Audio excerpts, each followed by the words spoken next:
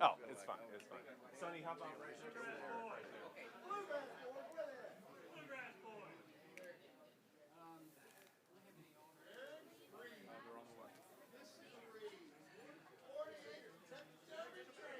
Bring on the whooper.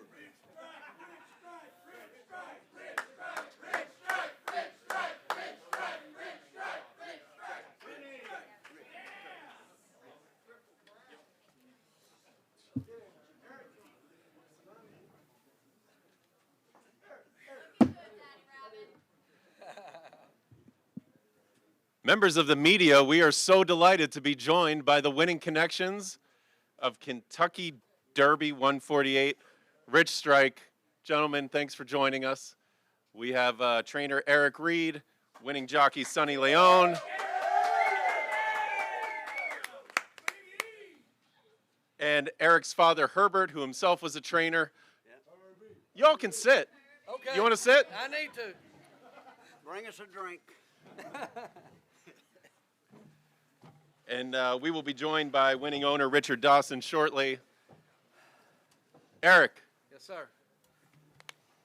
how did this happen? He passed them all. How are you feeling? I'm elated. I'm happy because this horse trained good enough to win. This rider has ridden him all along as he learned the process, and he taught him to run through horses, and he taught me how to do what I'm doing. So I'm surrounded by the best. Amen, brother. At any point this week, did you really believe yourself that this could happen? Yep.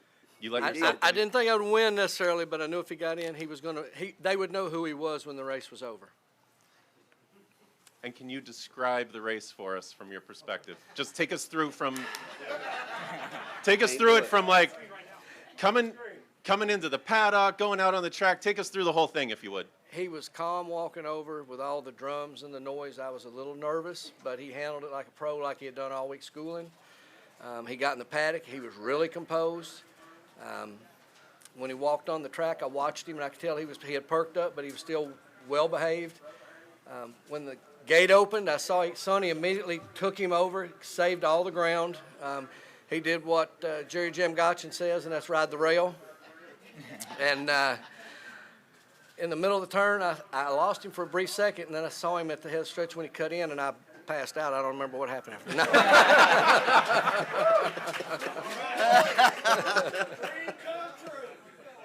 You got that right. Sonny, congratulations to you. Your first graded stakes victory comes in the Kentucky Derby. Is that right? Yes, sir. Unbelievable. Unbelievable. Describe the trip to us. Wow. Well, we had a difficult post 20, but I know the horse. I know the horse, he can be in the race, and I don't know if he can win. He could win the race, but I have a good feeling with him, and, well, the horse brought a little bit slow. That was good for me because I can go to the rail and say a lot of ground. Well, I get good position, and the 5A, I asked him to hang a little bit, and he answered so quick. He said, hey, I got some horse for my something. Well, I started to pushing just a little bit, because it's a little bit lazy. And the 3A, I was so close, like 7 lengths behind the leader. He said, I got shot to win. But I had I found a lot of traffic. And then I say I had to wait to the stretch. And that's what I did. I wait for the stretch, and the rail opened up. When you started picking off horses, when you hit the lead, what did you feel and what were you thinking? Wow, even when before 15 yards before the wire, I say, I think I got that race. I got to push him more hard than ever. That's what I did. And then I can say what I feel, man. That's real. The gallop out. The gallop out good, he gallop out. Even when he stopped, he didn't want to stop. There you are, Carlson. He's a tough horse, but I know him. Richard Dawson, congratulations to you. You can call me Rick. Rick.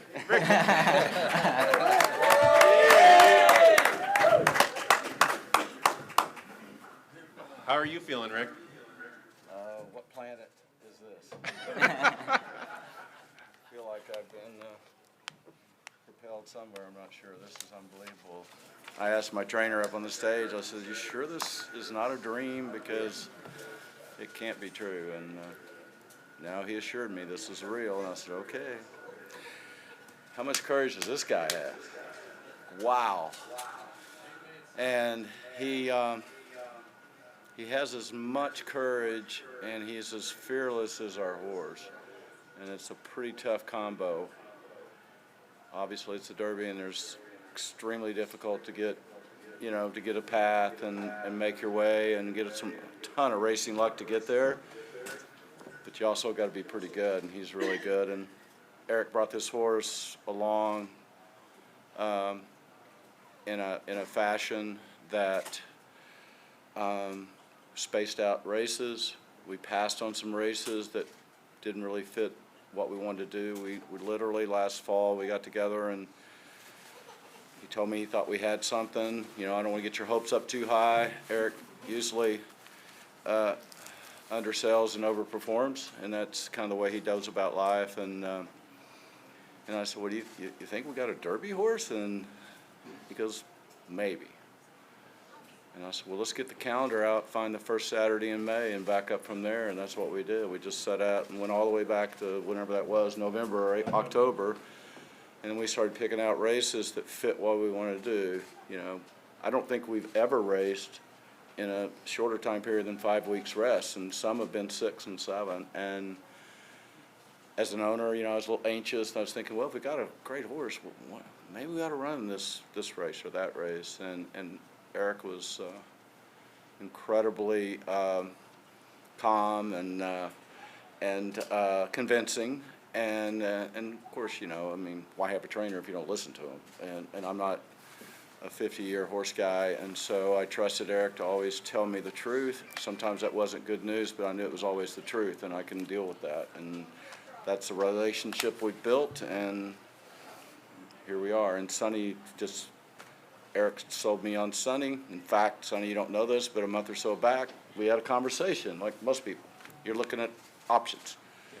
And it was, if you get in the Derby, are we going to stick, he said, I want to stick with Sonny. And I said, yeah, exactly. I would never, ever change at this point. I said, I may not change my socks, let alone my jock, And I said, I've watched Sonny ride a bunch, and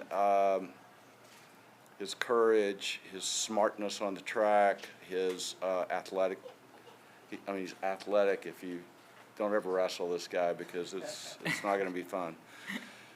But he's our kind of guy. Sonny, you seem super calm. Were you intimidated by today or the moment at all? No, I was excited. A lot of people asking to me, hey, you are nervous? I'm not nervous. I'm excited. First time the Kentucky Derby, I got to launch a horse. Nobody know my horse like I know the horse. Me. Eddie, I'm Yeah, the richer, maybe but Eric, yeah. somebody else, they don't know the horse. Eric, your faith in Sonny was rewarded. Can you talk about that conversation and keeping this man on your horse? Well, everybody was Sonny Leon at one point in their career. They just needed the big stable or the good horses to take them to the top. He could have gone. He's a family man. He's the leading rider where he is. He was good enough to get me here. So the difference between the Sonny Leons and the guys everybody sees every day is they ride those horses all the time. He doesn't get a chance, but where he rides those horses everywhere, and he wins all the races. And he's a great rider with a lot of courage, but he has a very smart head and a good sense of pace. And he's ridden for me for 2 years. He's my #1 rider, and I owe this to him. He helped teach this horse with me how to calm down and how to get aggressive when the time came. And I think it was the first stake at Turfway when Sonny got off of him. He said, we're there. The Batavia State. The Battaglia Stakes. Yeah. Yeah, he walked in and says, this is a Derby horse. I remember that. And I said, all right, buddy, you're going to take us there. And he did. I want to say I lost 2 of my assistants a year ago that I grew up with. They worked for me for 25 years. James Wellman in Hollywood. They both passed a cancer within 3 months of each other. And I know they were shining down on me today because they won a lot of the races that got me to where I'm able to get the clients that I got today. And I wish they were here with me. I miss them dearly.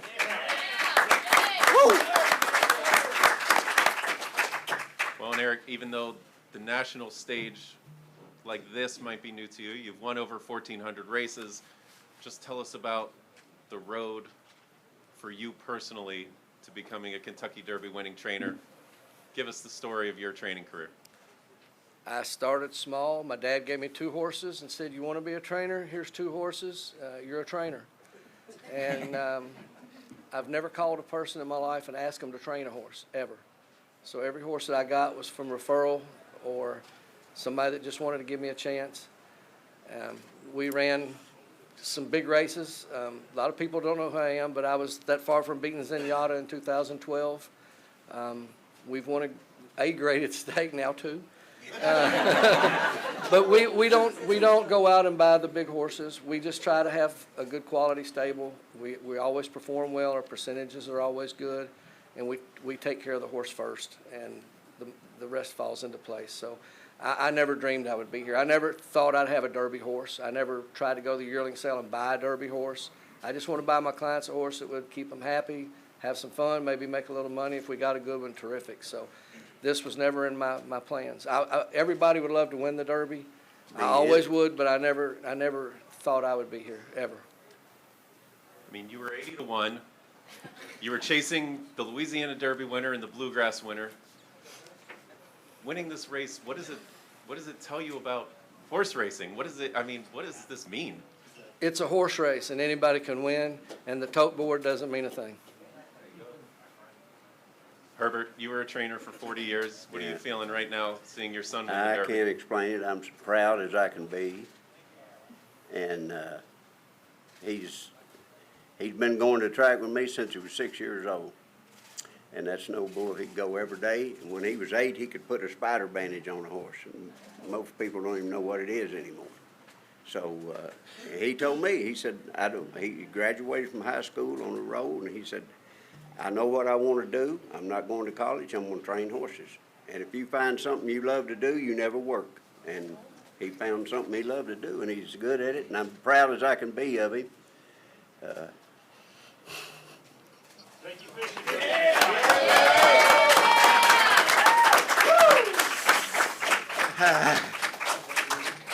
We'll take some questions from the room, but very quickly I want to ask both Eric and Richard. I know you're still soaking this one in, but what do you think about the Preakness? Yeah. Let's see how he is tomorrow, but you know, that's obviously the spot we got to look at. We'll see how he is, and we'll make the call in a few days. Richard? Ditto. Who wants to ask a question? He's made the right move so far. We'll probably just stay with that. Ron Flatter.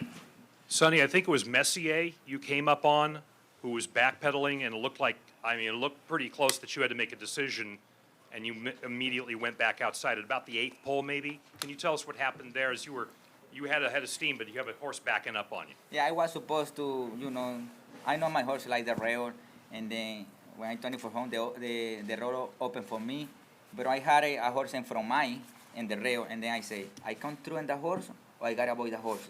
And he said, I don't wanna take a shot. I got a horse. I'm gonna avoid the horse. That's what I did. Tom. Yes, Eric, what led you to claim the horse? What were the expectations when you did make that claim? Well, Rick and I were trying to build a stable. He'd gone through a rough patch, and he really should have got out of the business, but he decided to give it another chance, and he came to me through a friend named Pete Giroux. And we actually tried to claim another horse in that race as well, and we got outshook. But what I liked about this horse was he had had fantastic works before his first race at Ellis Park. And works a 2-year-old normally doesn't do, and they bet him down pretty hard. But they ran him on the turf, and handicapping what I saw on the horse, I thought they probably ran him on the turf because they wanted the distance more than the turf. And he ran terrible. I just saw when he was in for 30, I said, this horse, he was working very good on the dirt. he was bet in a maiden special weight. They didn't think he was a cheap horse, so they wouldn't have ran him in a maiden special the first pop, and they bet him. So I was taking a gamble that it was the turf that got him beat, and of course he won by 17 or 18 lengths that day that we claimed him, and obviously it was the dirt. And when I ran him at Keeneland, Julian LePeroux got off, and he told me, he said, this horse has a lot of talent. He's very green, but he said he probably was the best horse today. And that's when I thought we might have something. We should note that he was originally campaigned by his breeder, Calumet Farm. Calumet has now bred, we believe, 9 Kentucky Derby winners. That first race back here at Churchill Downs, what do you remember about that win? I can't remember. Well, he won by 17 lengths. I mean, I was like, well, did we get outshook? And we got him, we didn't get the other one, and I thought, well, this might work out pretty good. But I had no expectations like this at the time. I just thought we'd made a good claim. I guess we did. Amen. Tim Sullivan. Sonny, two-part question. One, you drew into this, back here, you drew into this race very late. What would you have been doing today if you were not riding in the Derby? And part two, what do you think this does for your career? I was spent time with my family. That's what I supposed to do, you know.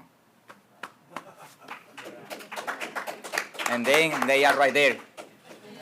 My two girls. Sonny, can you, Next to my family, actually. Sonny, can you introduce them real quick? You have a 2-month-old with you. Can you introduce them? What their names? Paula and Chris. The baby is Paula, and my wife is Chris. Second part of that question, what do you think today does for your career? I didn't hear this. What do you think winning today will do for your career? Well, so I want to enjoy this moment, and we see what happens tomorrow.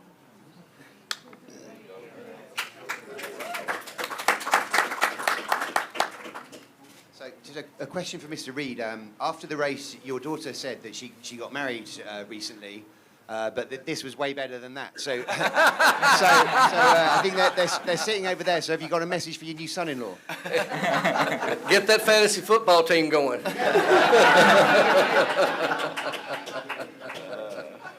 funny. That's good stuff.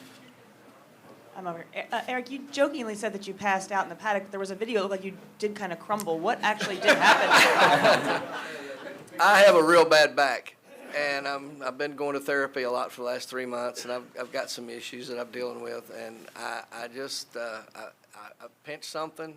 My legs were buckling, and I just felt I needed to stretch out, so I went down. That's my story. I'm sticking to it.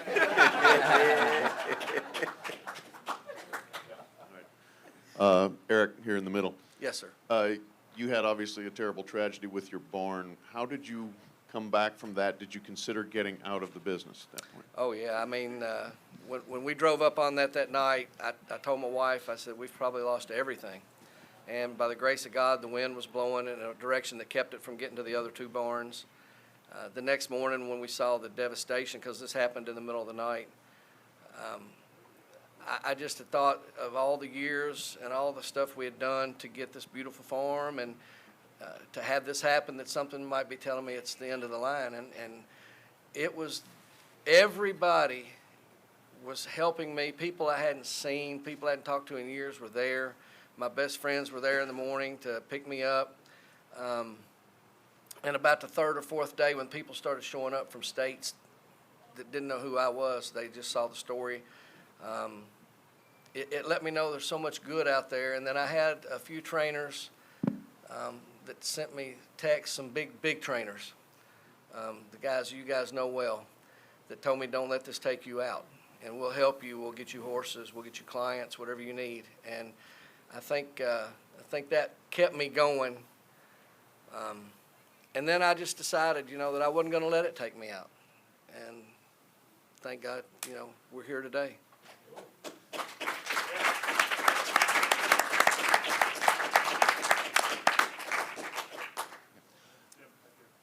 Question for Eric. A win like this with a horse that hadn't been in the, wasn't in the race until yesterday morning, and had 100-to-1 odds for a morning line. What does this say about the sport? What does this say about the race? And is this something that is this something that can appeal to the everyday trainers, the people that race during the middle of the week and so forth? Never give up. The Mike Iaconelli, the bass fishing man, says that. That was his story. He went through a lot. And this is a game where this horse should have been 80-to-1 on paper. But we train him, we're around him every day. And, small trainer, small rider, small stable. He should have been 80-to-1. But I've been around a long time, and I've had some really nice horses. And, we knew what we had. I'm not telling you by any means we knew we had a Derby winner, but if we didn't think we were going to be in the Derby, we wouldn't have been prepping for this all year. We knew we had a horse that was capable of running good. And so anybody that's in this business, lightning can strike.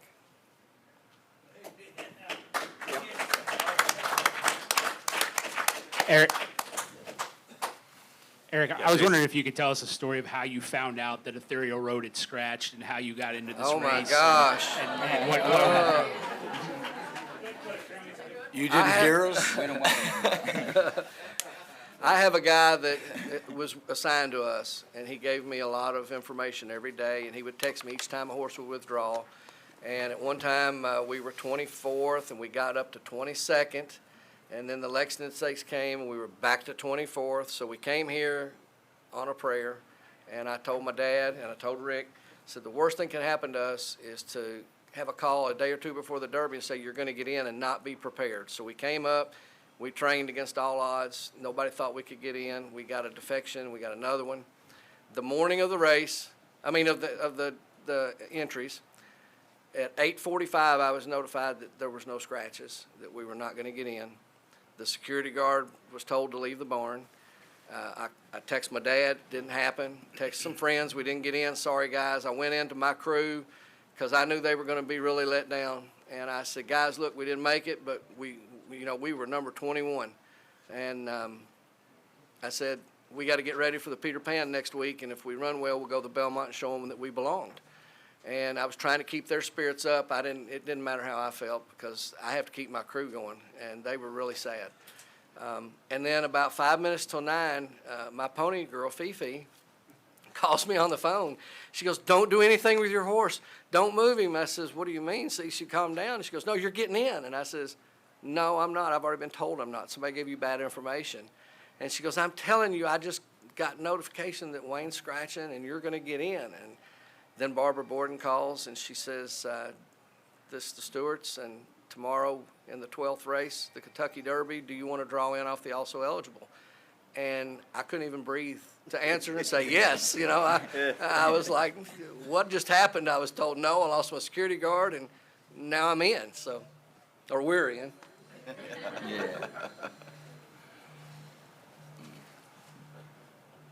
Yeah, Mike's coming.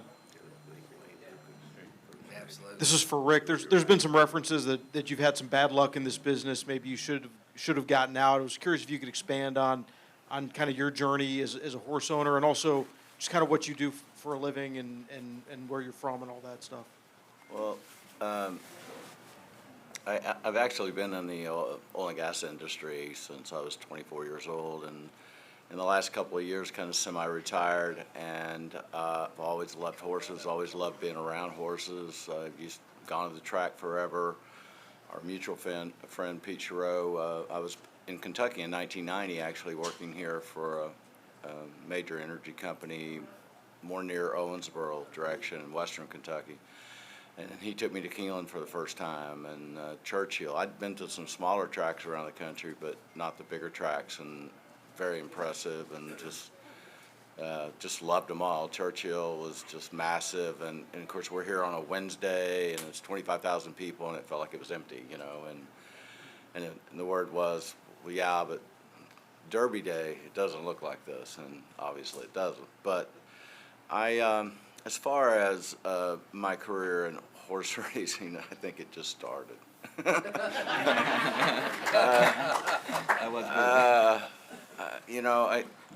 I don't think we've had a horse win an allowance race yet, have we? So Rick, how many horses do you have in training right now? I have two. We have one. We had one. Okay.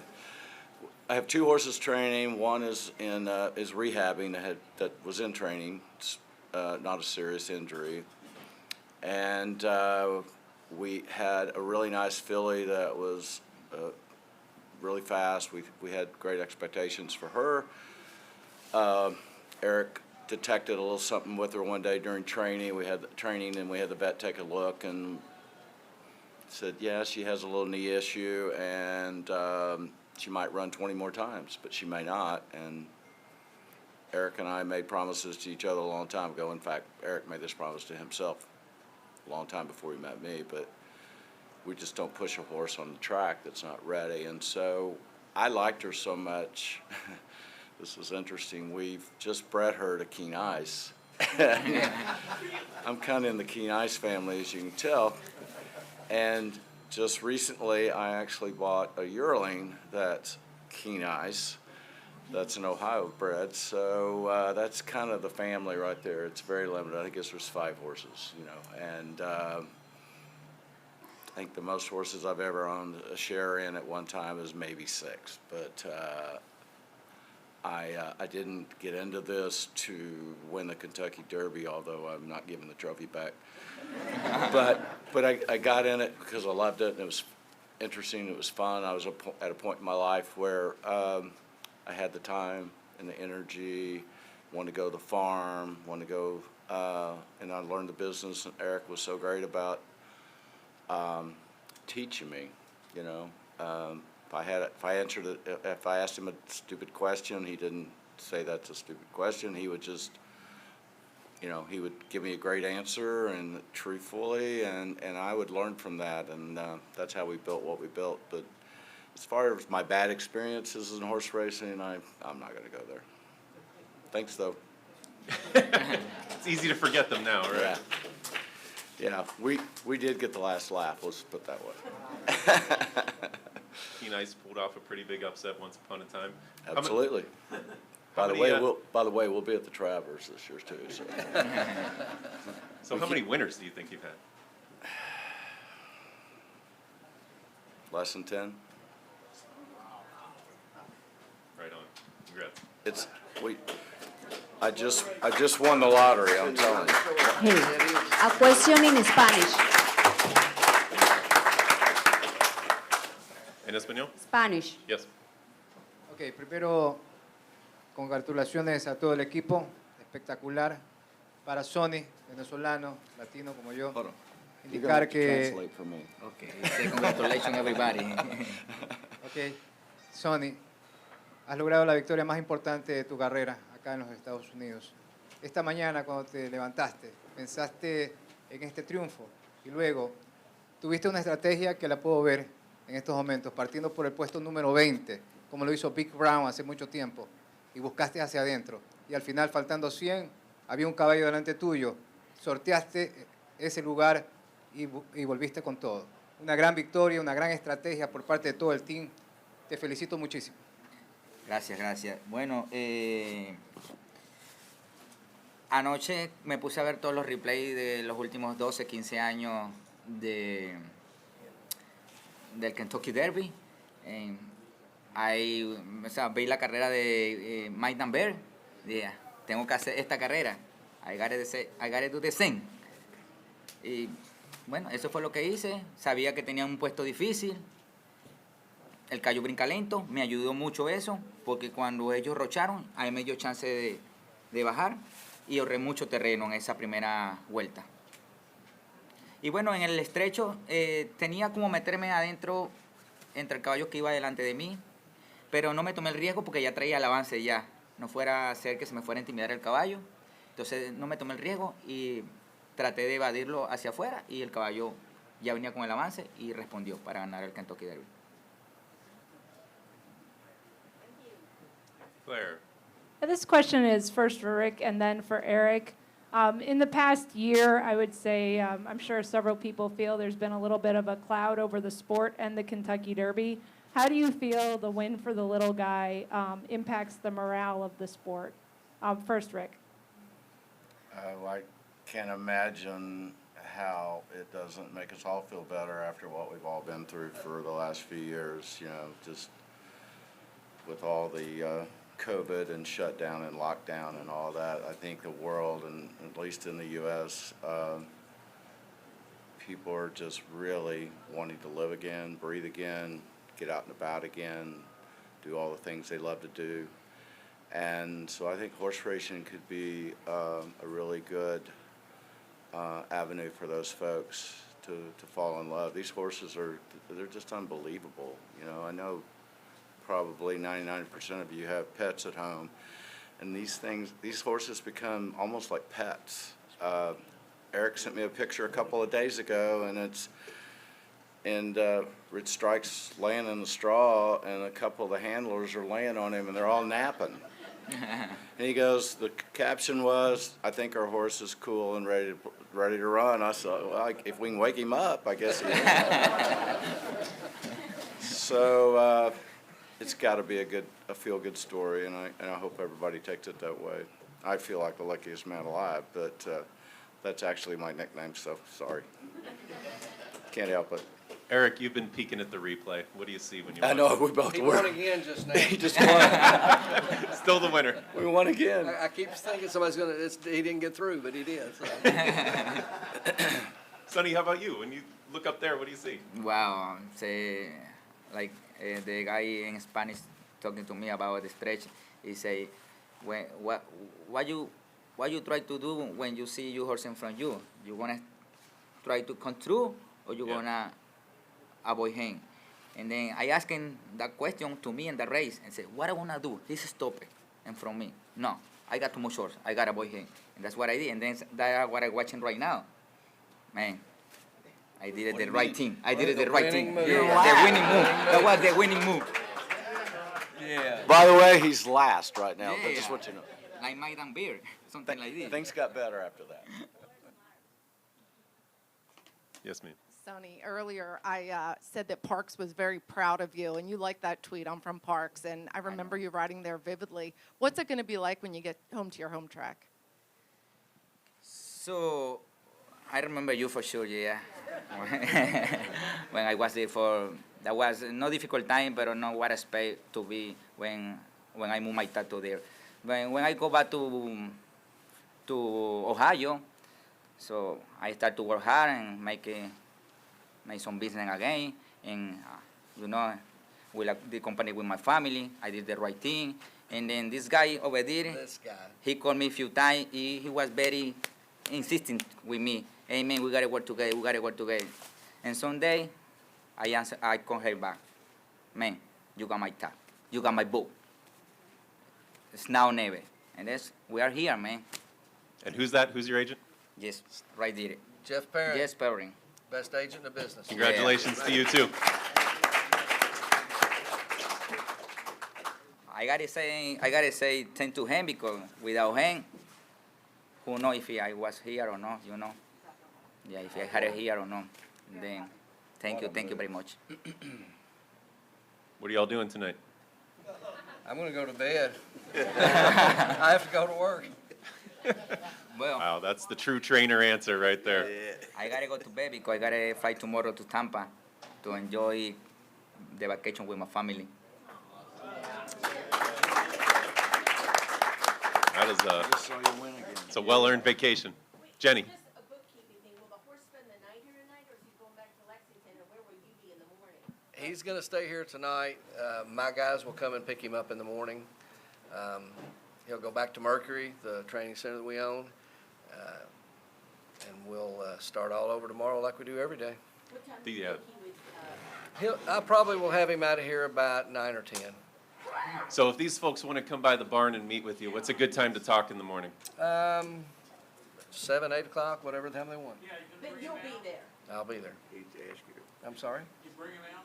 Sure we will. He's a celebrity now. All right, last call for questions. Gary.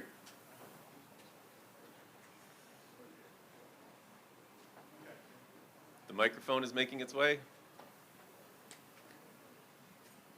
Sonny and Eric, if you could just kind of take us back to this morning, just what was that whole process like and getting everything ready, at the last minute for this race?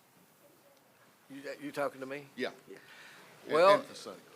we had pretty much everything wrapped up yesterday, and what I told everybody that came with me, and I have a lot of friends sitting over there, I said, this is going to be a fun day.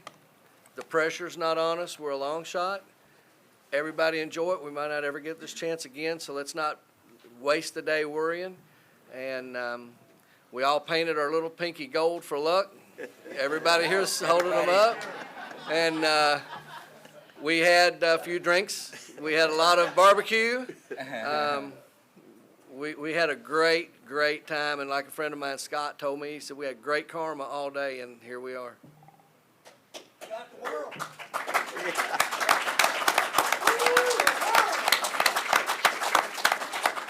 Natalie Voss. This question is for Sonny. It looked like the horse had a little bit of a moment with the pony horse after the race. Can you sort of take us through what happened there? Yeah, it's the horse is most of the time is excited. And the race after wire, like you see, he don't even tire. He was tough, even when he come back to the pera, and then he say, "Hey man, like I did it. I'm gonna relax now." That's Richard Strike. It's a tough horse. He'll be taking a nap tomorrow morning at 10. Every day he's asleep at 10. So Every day. you might want to get your interviews in before he takes his nap. So. Eric? Okay. We got to go. Congratulations to you all. You're going to go over to the Derby Museum and celebrate. Congratulations. Thanks for spending some time with us. We'll see you in Baltimore.